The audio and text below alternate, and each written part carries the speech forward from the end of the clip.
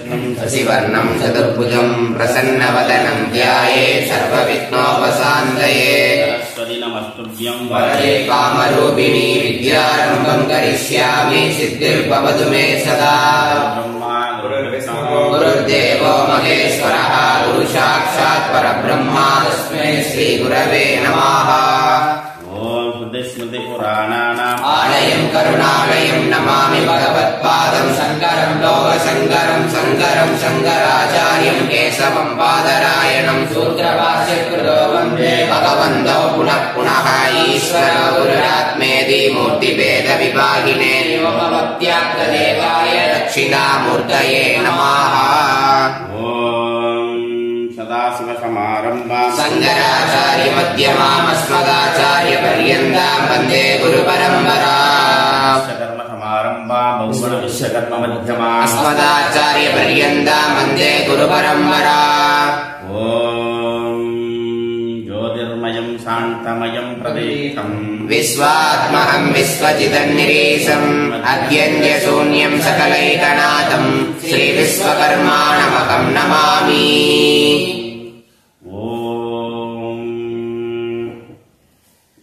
निरञ्जनं निराकारं निर्विकल्पं मनोहरं निराधारं निरालम्भं निर्विधानं नमाम्यहम् अनादिमप्रमेयं च अरूपं च यदा तदा त्रैलोक्यं ईशत्वं विश्वकर्मन् नमोऽस्तुते। विश्वाय विश्वरूपाय विश्वविजायते नमः। नमो विश्वात्मबोधाय विश्वकर्मन् नमोऽस्तुते। नमोऽस्तु विश्वव्यापारिन् नमो विश्वविचारिणे नमो नन्दविदानाय नमस्ते विश्वकर्मणे। विश्वाय विश्वरूपाय नमस्ते विश्वमूर्तये विश्वमातृपितारूप विश्वकर्मन् नमोऽस्तुते। विश्वमङ्गलमाङ्गल्य नमस्ते विश्वकर्मणे। विश्वस्यैव वृक्ष वृक्षशाखेव संस्थितौ। ஓம் நமோ விஸ்வகர்மனே. காண்ட மகாபுராணம் நாகர காண்டம். இன்றைக்கு 3வது அத்தியாயத்தில்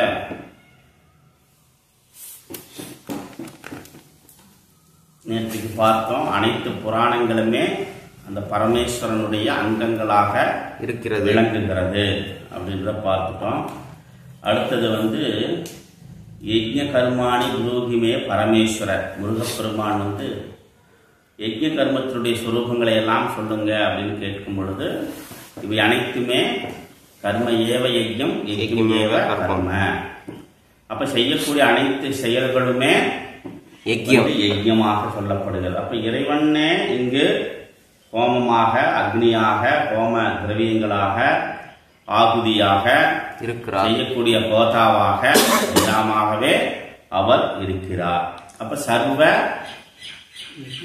இருப்பதெல்லாம் இறைவனை. சர்வம் பிரம்மமயம், சர்வம் கல்விதம் பிரம்ம. அப்ப எப்படி அப்படின்னாக்கா ஆகாசவத்து, ஆகாசத்தை போல அந்த பரபிரம்மம் எங்கும் நீக்கமர நிறைந்திருக்கின்றார். ரைட். அடுத்தது இதை ஸ்ருதி வேத பிரமாணத்தோட அவர் எடுத்து விளக்குகிறார். வேத பிரமாணத்தோட அவர் எடுத்து விளக்குகிறார்.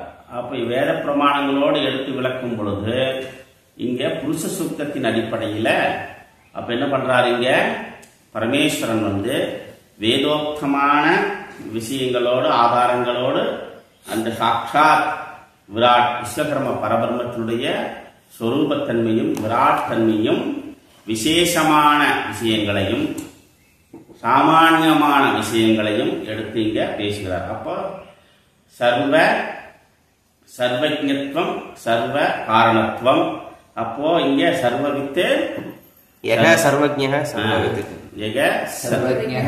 சர்வவித்து. அப்போ எல்லாம் அறிந்தவர், எல்லாம் அறிபவர், எல்லாம் அறிபவர், எல்லாம் அறிந்தவர், எல்லாம் அறிபவர்.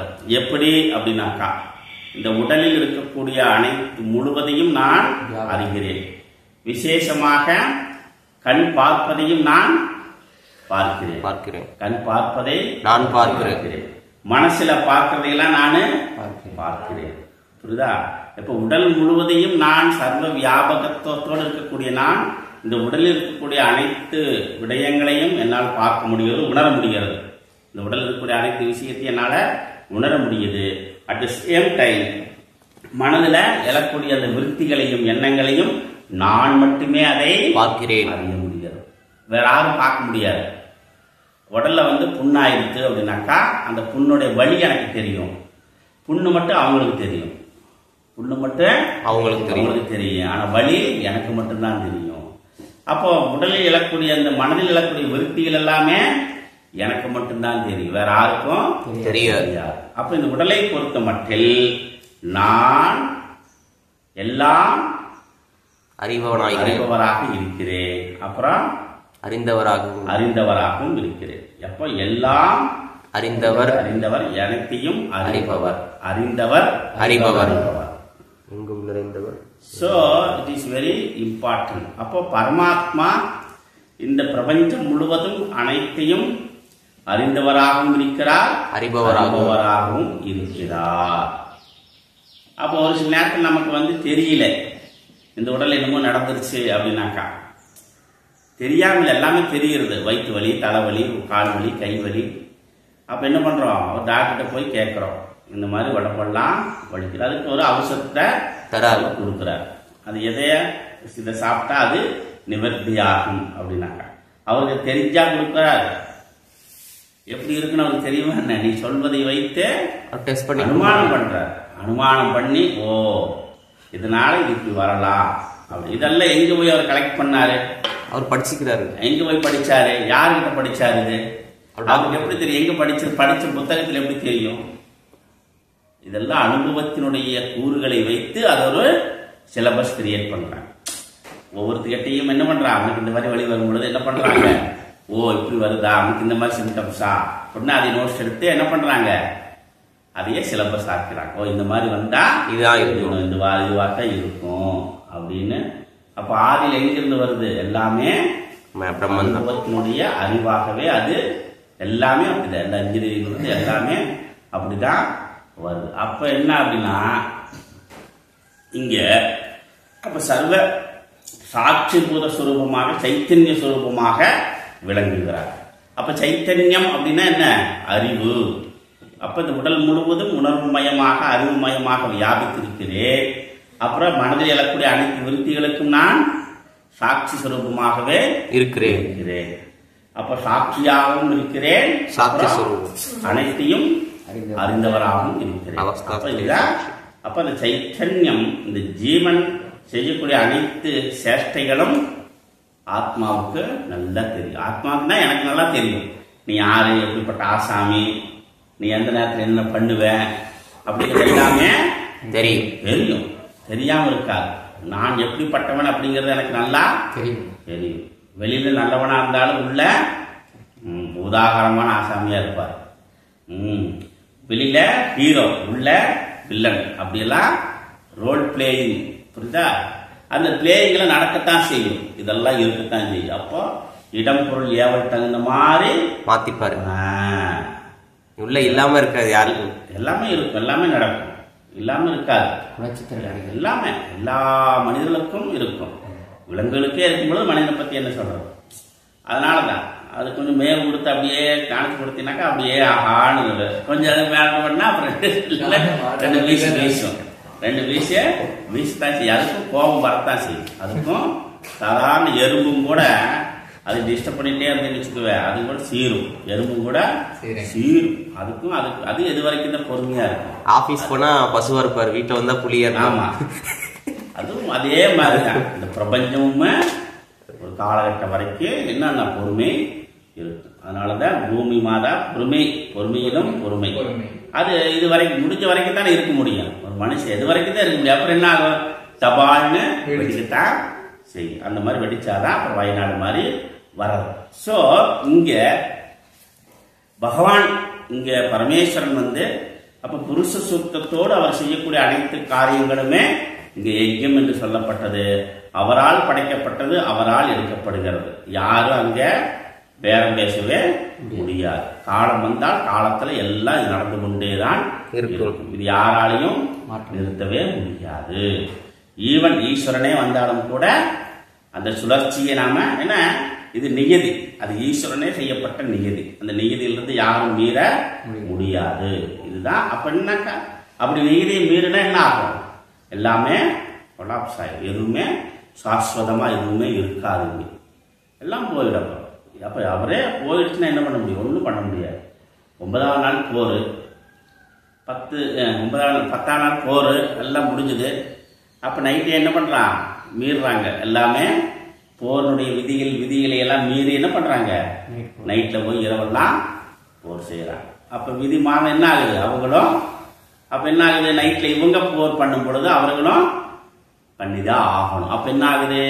விதிகளுக்கு அவன் தர்மத்தோடு வாழ்ந்தாலும் கூட அவன் என்ன தூண்டப்படுகிறான்? எதற்க எப்படி தூண்டப்படுகிறான்? தன்னை காக்கும் பொருட்டு விதிகளை மீறுவதற்கு அவன் தூண்டப்படுகிறான். எதனால? இவன் விதிகளை மீறுகிறான்.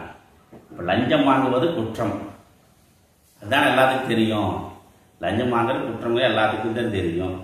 இப்ப லஞ்சம் கொடுக்காட்டி வேலை நடக்காது. லஞ்சம் கொடுக்காட்டி வேலை நடக்காது. இப்ப என்ன பண்றது?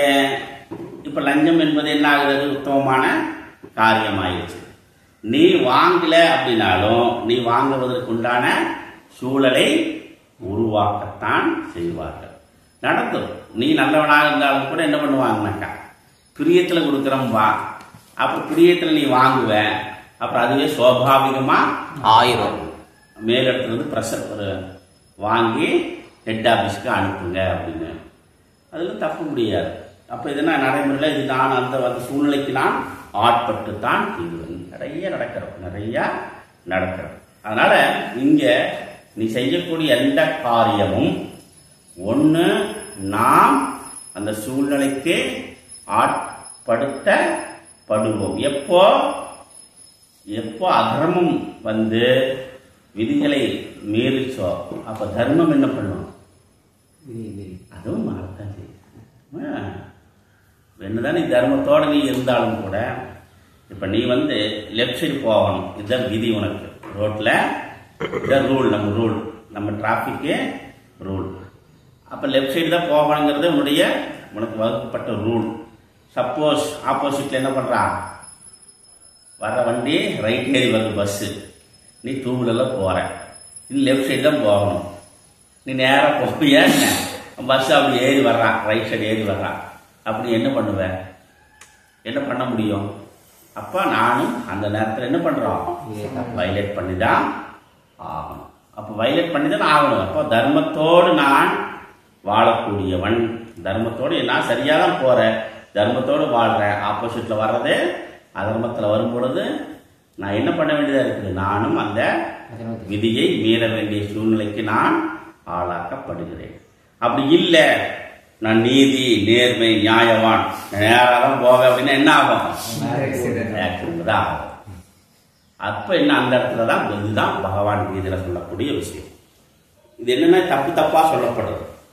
பகவான் கீதையில என்ன சொல்ல வர்றாரு அப்படின்னாக்கா, நீ தர்மத்தோடு வாழ்ற, கரெக்ட், ஓகே.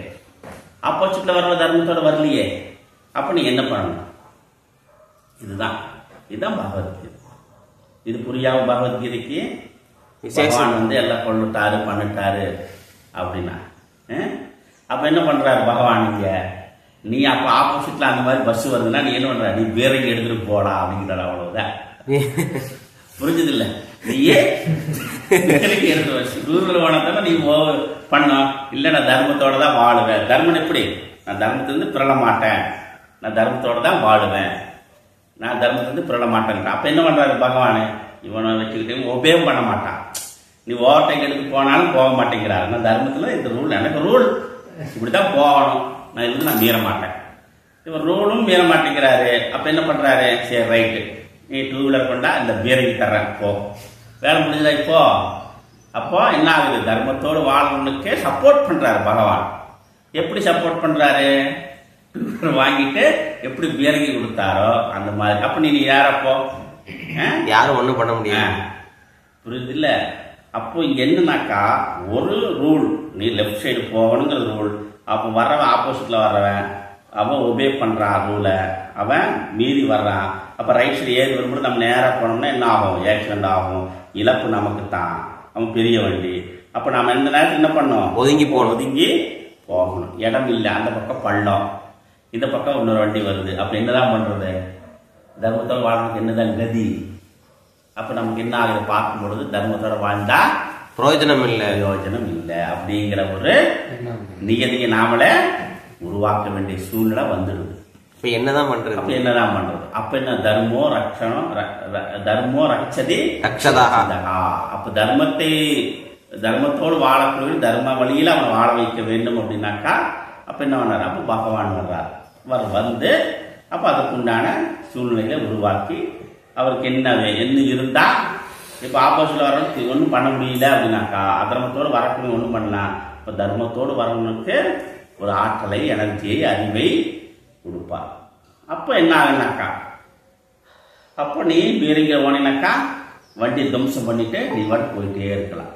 அப்ப தர்மத்தோடு போகும். அப்ப இனிமேல் பார்க்க வேண்டுமா? இனிமேல் நம்ம ஆப்போசிட்ல வர்றவன் இனிமேல் நான் வயலேட் பண்ணக்கூடாது, என்னுடைய ரூலை மீறக்கூடாதுங்கிறத நீ ஒழுக்கமா. இதுதான் பகவான் கீதையினுடைய தாற்பயம். இங்க என்ன பண்ணாக்கா, இப்போ பகவான் இங்க சொல்லக்கூடிய அனைத்து விஷயங்களுமே சில நேரத்தில் நாம் என்ன பண்றோம்? சிருஷ்டியினுடைய அந்த நியதியே தெரியாம பகவான் இப்படி பண்ணிட்டார், அப்படி பண்ணிட்டார், இது இப்படியாச்சு அப்படியாச்சு அப்படிங்கிற விமர்சனங்கள் நிறைய இருக்கிறதுங்க. ஸோ அப்போ இங்க இந்த இடத்துல இப்ப சிருஷ்டி அதிலிருந்து அந்த கிரமங்களை சொல்லி புருஷ சுத்தத்தோடு எல்லாமே யஜ்ஞமாக இங்க கர்மாக்கள் எல்லாம் செய்யப்படுகிறது. அப்ப எப்போ மனிதன் செய்யக்கூடிய செயல் கர்மா யஜ்ஞமாகும் அப்படின்னாக்கா அவன் ஈஸ்வர அர்ப்பணமாக செய்யக்கூடிய அனைத்து செயல்களுமே அது யஜ்ஞம் என்று சொல்லப்படுகிறது. அதனாலதான் சில்ப வித்யா ரகசிய உபநிஷத்து என்ன சொல்றது? கர்ம ஏவ யஜ்ஞம், யஜ்ஞம் ஏவ கர்மம். அதை கிருஷ்ண யஜுர்வேதம் என்ன சொல்றதுனாக்கா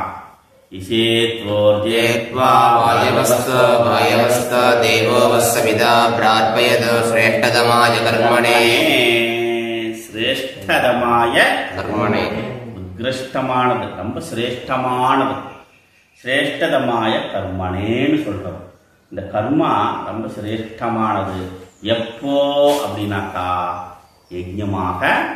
எப்படி யஜ்ஞமாக சொன்னா? ஈஸ்வரனுடைய அர்ப்பணமாக செய்வது. அப்ப பகவானுக்கு செய்யக்கூடிய அனைத்து செயல்களை அர்ப்பணமாக செய்துட்டோம்னா அது என்ன ஆகுது? யஜ்ஞமாக. அப்ப பகவான் இங்க செய்வது என்னன்னா, இது ஒரு யஜ்ஞம், இது ஒரு வேள்வி, இது ஒரு தபஸ்.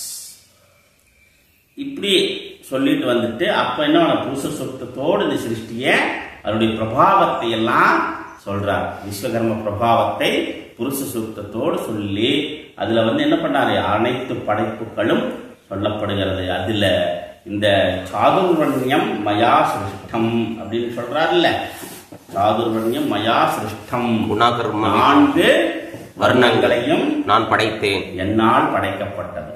சரி, இந்த 4 வர்ணங்களும் உங்களால் படைக்கப்பட்டது. என்ன வர்ணம்? பிராமண, சத்திரிய, வைசிய, சூத்ர. இதுல பிராமண, வைசிய, கத்திரிய, சூத்ரம், இந்த 4 வர்ணங்கள். அப்ப இதனுடைய தர்மங்கள் வர்ண ஆசிரம தர்மங்கள். அப்போ 4 வர்ணங்களும் 4 ஆசிரமங்களும். அப்போ வர்ண ஆசிரம தர்மம். இப்ப 4 வர்ணத்துடைய தர்மம் என்னன்னு தெரியணும், 4 ஆசிரமத்துடைய தர்மம் என்னன்னு தெரியணும். என்னது? அது தெரியாம ஆஹா 4 வர்ணத்தை படைத்தார்னாக்கா ஜாதி வேறு வர்ணம் வேறு, ஜாதி வேறு வர்ணம் வேறு. இப்ப கேட்டகரி அப்படின்னா டிஐஜி, அப்புறம் டிபிஜி, டிஎஸ்பி, எஸ்பி, அப்புறம்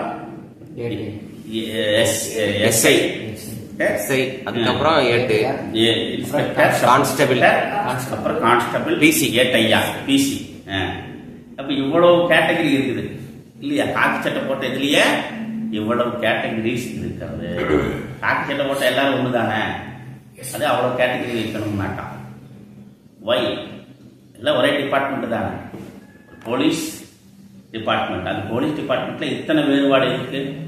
எதற்காக வைக்கணும்? அப்ப என்னன்னாக்கா இந்த போலீஸ் அப்படிங்கிற டிபார்ட்மெண்ட்டு அப்பதான் அது என்ன அது இயங்கும். எல்லா டிஐஜி ஆயிட்டா, எல்லாருமே பிசி ஆயிட்டா பிரயோஜனம் இல்லை. அப்ப என்ன இந்த இயக்கக்கூறானது இயல்பாக அது நடக்கணும் செயல்படணும்னாக்கா இந்த கேட்டகரிஸ் ஒரே டிபார்ட்மெண்ட். இங்க இந்த உலகம் அப்படிங்கிற டிபார்ட்மெண்ட்ல புரியுதா? இந்த உலகம்ங்கிற டிபார்ட்மெண்ட்ல இப்ப என்னது பிராமண சத்திரிய வைசிய சூத்ரா. அதே மாதிரி இந்த டிபார்ட்மெண்ட் இருந்தா, இந்த கேட்டகரி இருந்தா உலகம் என்னது சுழற்சியாக இயங்கும். அப்பதான் மனிதன் மக்கள் வாழ முடியும். அங்க எப்படி மனிதர்கள் பாதுகாப்பாக வாழ முடிகிறதோ, அங்க எப்படி டிஐஜிலிருந்து டிஜிபி வரைக்கும் வரைக்கும் இருக்கிறாங்களோ அதே மாதிரிதான் இங்கேயும். அங்க பிசி யாரும் சூத்திரன்னு சொல்றது இல்லையே. அவன் கீழே வேலை செய்யற, அவன் மேல வேலை செய்யற. அப்ப என்னன்னா நம்ம மென்டாலிட்டியை அங்கே அக்செப்ட் பண்ணிட்டோம். அது நாம அக்செப்ட் பண்ணிட்டோம். ஆனா இங்க என்ன பண்றோம்? பிரிச்சு விடுது. ஏய் உன்னை சூத்திரன்னு சொல்றான், உன்னை பிராமணன் சொல்றான், அவன் மட்டும் வசதி, இங்க மட்டும் தாழ்ச்சி. அப்ப அங்க பேசலாம்ல. போலீஸ் மீட்டிங் போங்க இல்லையா? போலீஸ்காரர்ல அவங்கள மீட்டிங் இருக்கும் இல்லையா? போங்க. பாத்தியா நீ பிசி, நீ சூத்திர, உன்னை நீ வந்து தாழ்ச்சி, டிஐஜி உயர்ச்சி. என்ன உயர்ச்சி இருக்குது? 2 பேரும் ஒரே யூனிஃபார்ம் தான் போடுறீங்க, உங்களுக்கு என்ன உயர்வு ஆள் இருக்கிறது எப்படி? அப்ப நீங்க டிஐஜி சீட்ல போய் உட்காரு, போ கமுத்து கேளு அப்படின்னு பேசிட்டு போய் பேசலாம்ல. கரெக்ட் தானே? இது சரின்னா அது சரி. அப்ப போய் சொல்லலாம்ல. நீ ஏன் போய் இங்க வாசல் துப்பாக்கி பிடிச்சிட்டுக்கிற? இப்ப டிஐஜி போய் உட்காருப்போம். உனக்கு என்ன நீயும் காக்கி சட்டதா அவனுக்கு காக்கி சட்டதா? போ டிஐஜி ரூம்ல போய் உட்காரு. அப்படின்னா போக முடியாது சார். இப்படி சொல்லி சொல்லி உன்னைய வளர்த்து வச்சுக்கிறாங்க, நீ போ உள்ள போய் உட்காரு, நான் வர்றேன். பேசுவானோ இல்லையோ? அதுதான் இன்னைக்கு நடக்கிறது. அதுதான் இன்னைக்கு நடக்கிறது. பிராமணெல்லாம் கோயிலுக்குள்ள போறான், நீ உன்னை வெளியில வச்சுக்கிறாங்க இல்லையா? நீ உள்ள போ. இல்லைங்க நான் போக முடியாது. இல்லை நீ போ, இத்தனை காலமும் உன்னை அடிமைப்படுத்தினார்கள். அதேதான் கேட்டீங்க. இந்த விஷயம் புரிஞ்சா அந்த விஷயம் புரியும். சாதுர்வர்ணியம் சிருஷ்டம். இங்க அதுதான் சொல்ல வர்றாரு. என்ன சொல்றாருன்னா தத்ர முக்கியாதகோ யஸ்ய பரசாதாத்ய பஞ்சமம் தேஷாம் பஞ்சமுகோ பூத்வா மம ரூபம் வதாம்யகம் மாமண்யம் கிரியதே யஜ்ஞ சர்வகாரண காரகः அநாதி பரமம் மூர்த்தி விஸ்வகர்மா ந சம்சயः அந்யதா பரமோ நாஸ்தி பிரம்மா விஷ்ணு சனாதனः பராத் பரந்தரம் நாஸ்தி ஸ்ரீ குரோர் விஸ்வகர்மணः பிரபுத்வம் சர்வலோகானாம் தஸ்மின் வை விஸ்வகர்மணः பிரதமம் பரவஸ்துஸ்ய ஞானபூர்வம் த்விதீயகம் த்விதீயம் ஜெகத் உற்பத்தி ஸ்யாத் சர்வசாபி சதுர்த்தகம் சர்வசக்திச்ச பஞ்சமம் ததோர்த்தம் சகலா அசுரஹ யதா கிரமம் கிருதா சர்வே தத் கர்ப்ப ஜனனம் ஸ்ருணு சத்யம் சத்யம் புனச்சத்யம் புனசத்யம் வதாம் அகம்.